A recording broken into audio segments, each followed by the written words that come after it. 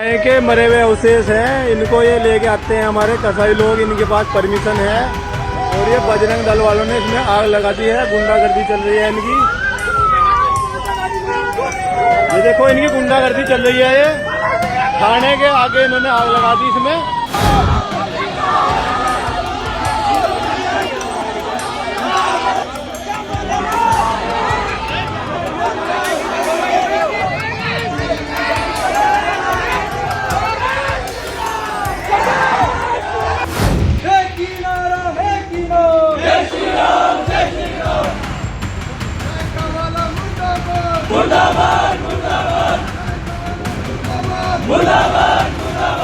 दोस्तों, इस देश की मोदी सरकार की रगों में जो गरम सिंदूर दौड़ रहा था वो अब पानी हो चुका है। ये बात मैं इसलिए कह रहा हूं क्योंकि पहले पाकिस्तान के साथ मैच खेलेंगे, जो सोशल मीडिया अकाउंट बैन थे उसको बहाल कर देंगे और अब तो सिंगिंग और कल्चरल प्रोग्राम भी पाकिस्तान में होने लगे हैं। ये सब कुछ मैं आपको बताने जा रहा हूं, लेकिन सबसे पहले मोदी सरकार ने किस तरीके से थूक के चाटा है वो बात आप इस हेडलाइन में देखिए। ये जरा हेडलाइन देखिए, ये मोदी सरकार का कारनामा है और इसमें साफ तौर पर देखिए कि क्या लिखा गया है। Government takes U turn on links with Turkish aviation sector. तुर्की का जो एविएशन सेक्टर है उसके साथ जो संबंध है उनको बहाल कर दिया है भारत सरकार ने। साफ तौर पर हेडलाइन बता रही है कि सरकार ने तुर्की एविएशन सेक्टर के रिश्तों पर यू टर्न ले लिया। क्यों ले लिया?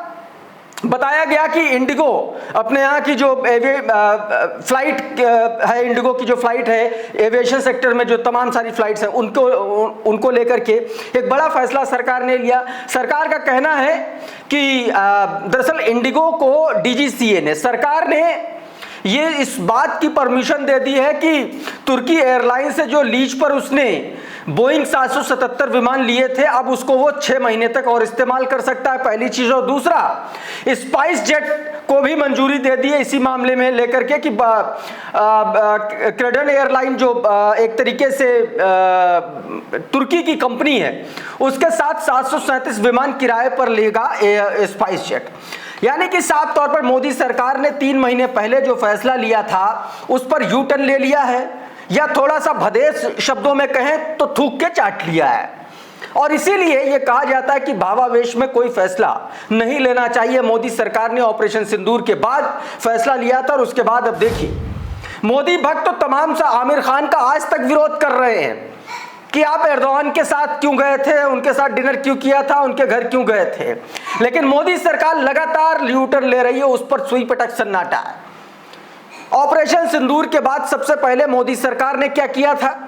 सबसे पहले Pakistani Twitter handle, social media handles और यूट्यूब चैनल्स बैन कर दिए भारत में। उसके बाद मोदी सरकार ने टर्की के साथ संबंध खत्म कर लिए, तमाम सारे बैन्स लगा दिए। वो सब कुछ 3 महीने भी नहीं बीते, सबसे पहले Twitter handle, social media account बहाल किया पाकिस्तान के साथ, फिर अब टर्की के साथ देख लीजिए क्या हुआ।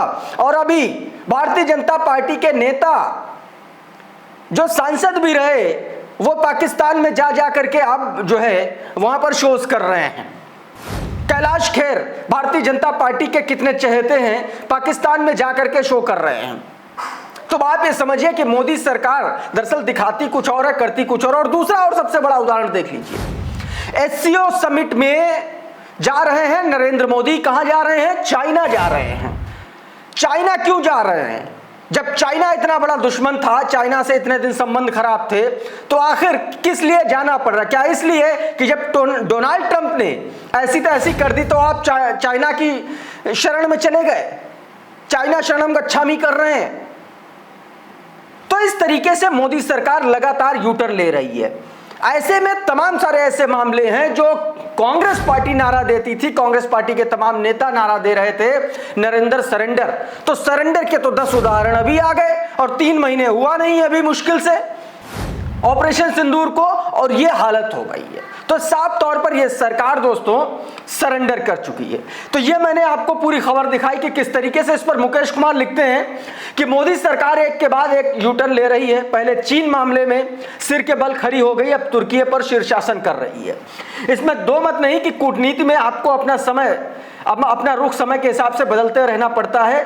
इसलिए इसमें कोई बुराई नहीं कि मोदी सरकार ने चीन के बाद तुर्की के संबंधों को बहाल करना शुरू कर दिया है। चीन की अहमियत उसे इस समय समझ में आई, इसलिए युद्ध के समय भी सरकार ने चीन की आलोचना नहीं की। दुनिया जानती है, आर्मी के तमाम सारे अफसरों ने खुल करके कहा कि फेस पाकिस्तान का था ऑपरेशन सिंदूर में, लेकिन युद्ध चाइना लड़ रहा था और अब उसी चाइना के साथ गलबहियां करने जा रहे हैं प्रधानमंत्री नरेंद्र मोदी एससीओ समिट में पहुंचे। तो आप ये समझ लीजिए कि किस लेवल का, किस स्तर पर मोदी सरकार यू टर्न ले रही है। दोस्तों एक और दोस्तों बड़ी खबर निकल के सामने आई उपराष्ट्रपति जगदीप धनखड़ को लेकर के। ये तो सब जानते हैं कि जगदीप धनखड़ जैसे चापलूसों की कोई जगह कम से कम राजनीति में और खास तौर पर उपराष्ट्रपति जैसे पदों पर नहीं होनी चाहिए थी, लेकिन जगदीप धनखड़ इतने बड़े कंजूस और इतने बड़े लालची निकलेंगे ये शायद कोई जानता नहीं था। पता है जगदीप धनखड़ ने क्या किया? किसी दौर में जगदीप धनखड़ कांग्रेस के टिकट पर विधायक बने थे राजस्थान में, और अब वो राजस्थान में पूर्व विधायक होने के नाते पेंशन मांग रहे हैं और उसके लिए अर्जी लगाई गई है। राजस्थान में ये दोस्तों एक तरीके से ये नियम है, पूर्व सांसदों और पूर्व विधायकों को वहां पर जो पेंशन दी जाती है, राजस्थान के जैसे पूर्व सांसदों को दी जाती है ऐसे राजस्थान में पूर्व विधायकों को भी दी जाती है। अब इसको लेकर के जगदीप धनखड़ ने वहां अर्जी लगाई है कि हमको हमारी जो पेंशन 40-42 हजार रुपए मिलनी है वो दी जाए। मुकेश कुमार ने यह खबर पकड़ी। डॉक्टर मुकेश कुमार लिखते हैं कि पूर्व उपराष्ट्रपति न केवल घनघोर अवसरवादी नेता बल्कि हद दर्जे के लालची भी हैं। उन्होंने राजस्थान में विधायकी की पेंशन के लिए अर्जी दी है। राजस्थान में एक अजीबोगरीब प्रावधान है कि वहां विधायकी और सांसदी दोनों की पेंशन ली जाती है। धनखड़ कभी कांग्रेस की ओर से विधायक बने थे, अब वो चाहते हैं कि उनकी पेंशन भी लें। करीब 42 हजार के आसपास होगी। पता नहीं कि वो सांसद की पेंशन पहले से ले रहे हैं या नहीं, ये भी पता नहीं कि उपराष्ट्रपति, राज्यपाल आदि की पेंशन के लिए भी उन्होंने अर्जियां दी हैं या नहीं, या इतने सारे पदों पर अलग अलग पेंशन ले भी सकते हैं या नहीं। तमाम तरीके के दोस्तों सवाल है, खास तौर पर जगदीप धनखड़ जैसे नेताओं के लिए। एक और बड़ी खबर दोस्तों निकल के सामने आई। बीते दिनों प्रधानमंत्री नरेंद्र मोदी सऊदी गए थे। प्रधानमंत्री नरेंद्र मोदी के बारे में भक्त जमात एक झूठ फैलाती है कि प्रधानमंत्री नरेंद्र मोदी जो है खर्च बचाने के लिए कई बार एयरपोर्ट पर भी रुक जाते हैं, या इस तरीके की बातें वो लोग लिखते हैं, पढ़ते हैं। लेकिन बीते सऊदी अरब के दौरे में प्रधानमंत्री नरेंद्र मोदी ने 2 दिन के सऊदी अरब के दौरे में 10 करोड़ रुपए खर्च कर दिए। 10 करोड़ रुपए खर्च कर दिए। इस पर तंज कसते हुए डॉक्टर मुकेश कुमार ने लिखा कि बीजेपी आईटी सेल ने ढोल बजाया कि मोदी जी तो देश का पैसा बचाने के लिए एयरपोर्ट में ही टाइम पास कर लेते हैं। अब पता चला कि सऊदी अरब में उनके 2 दिन रुकने पर 10 करोड़ रुपए खर्च कर दिए गए। सऊदी अरब के इस दौरे पर 15 करोड़ रुपए कुल खर्च किया गया।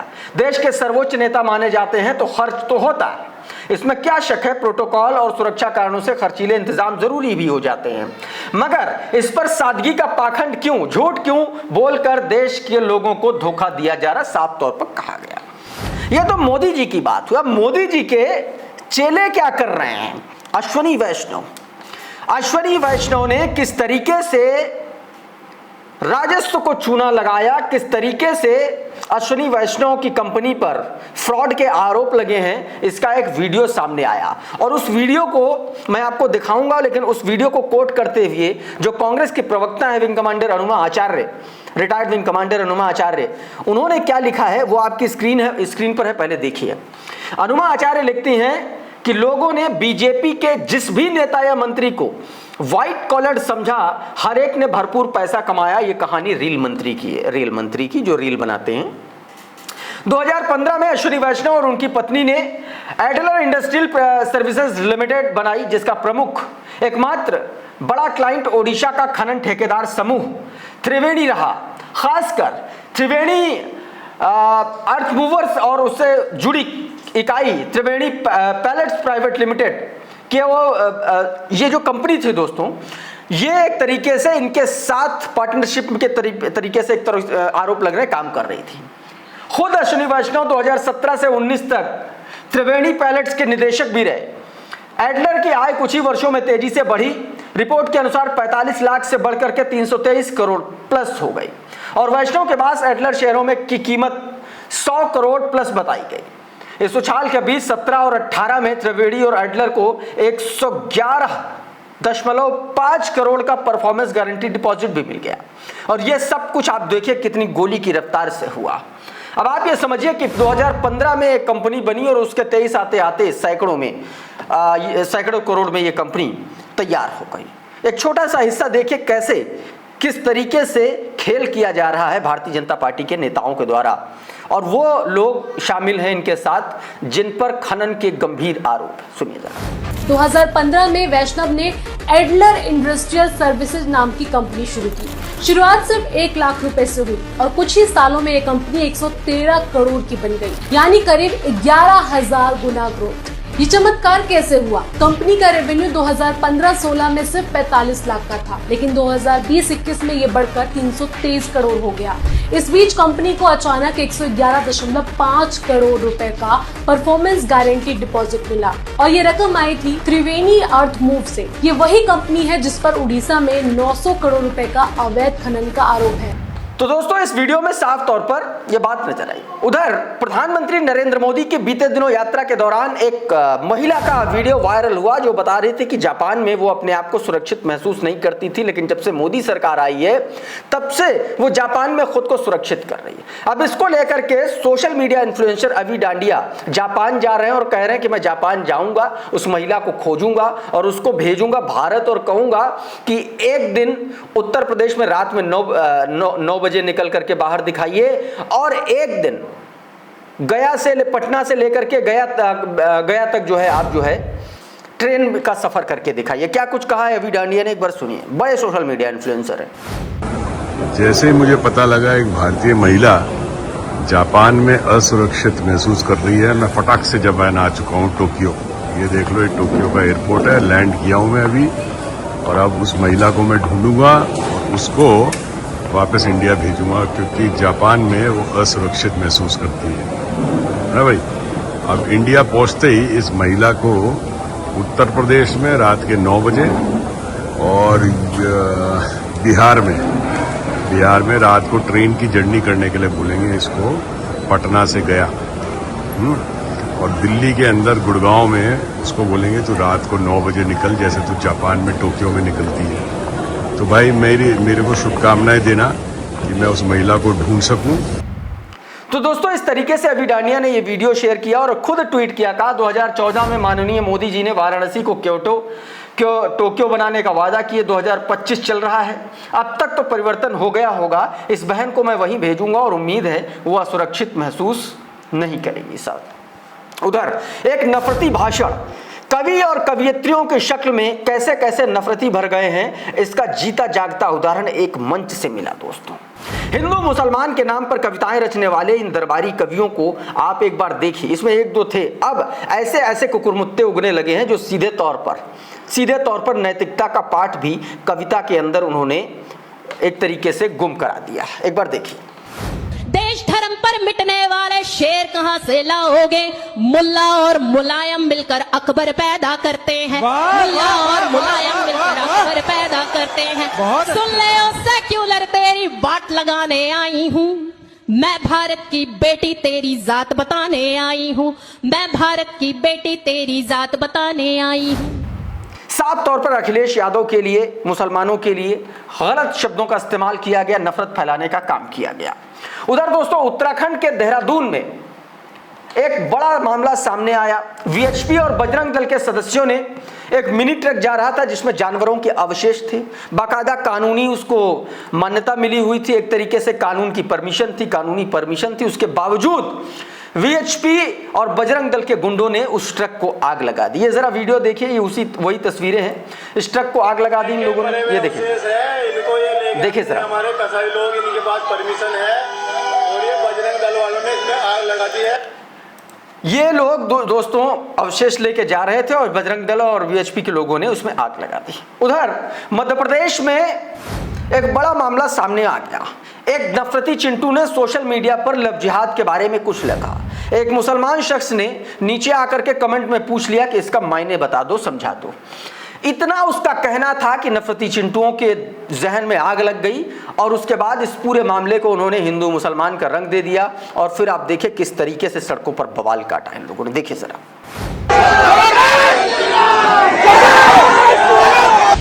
दमोह जिले में सोशल मीडिया पर हुए एक कमेंट ने सांप्रदायिक तनाव को जन्म दे दिया। लव जिहाद पर सवाल पूछने को लेकर दो समुदाय आमने सामने आ गए।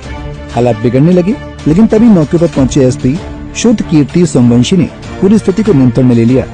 दरअसल हट्टा नगर में सोशल मीडिया पर एक वीडियो पोस्ट से माहौल गर्मा गया। हट्टा निवासी प्रदीप महाजन ने अपने इंस्टाग्राम आईडी पर लव जिहाद से जुड़ा वीडियो शेयर किया, जिस पर शबीर नाम के युवक ने सवाल पूछते हुए कमेंट किया, लव जिहाद आखिर है क्या? ये तस्वीरें जो है ये दोस्तों, ये मध्य प्रदेश के दमोह की तस्वीरें हैं और ये जो नफरती चिंटू हैं ये देखिए किस तरीके से बवाल काट रहे हैं। इन लोगों ने प्रदर्शन कर दिया एक छोटे से कमेंट के बाद, किस तरीके से नारेबाजी की और अपनी जाहिलियत का मुजाहिरा किया, आप देख लीजिए। तो दोस्तों इस तरीके से बवाल हुआ। उधर राजस्थान के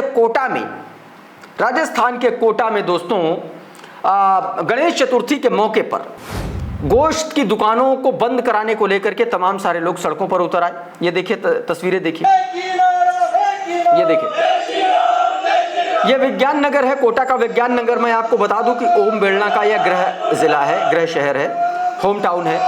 ये वहां पर इस तरीके की स्थितियां बन रही हैं। संघ की प्रयोगशाला भी माना जाता है कोटा को, और वहां पर इस तरीके से देखिए वीएचपी और बजरंग दल के नेताओं ने वहां पर साफ तौर पर प्रोटेस्ट किया, कहा कि मांसाहारी रेस्टोरेंट बंद किए जाएं। साफ तौर पर उन्होंने कहा कि ये गणेश चतुर्थी के मौके पर, मैं आपको बताऊं बीते दिन भी ईद उल मिलादुन नबी के मौके पर शराब के ठेकों को बंद कराने के लिए कोटा में प्रोटेस्ट हुआ था। मुस्लिम समाज के लोगों ने प्रोटेस्ट किया था।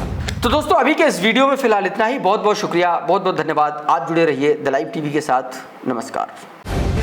द लाइव टीवी, सच सबसे आगे।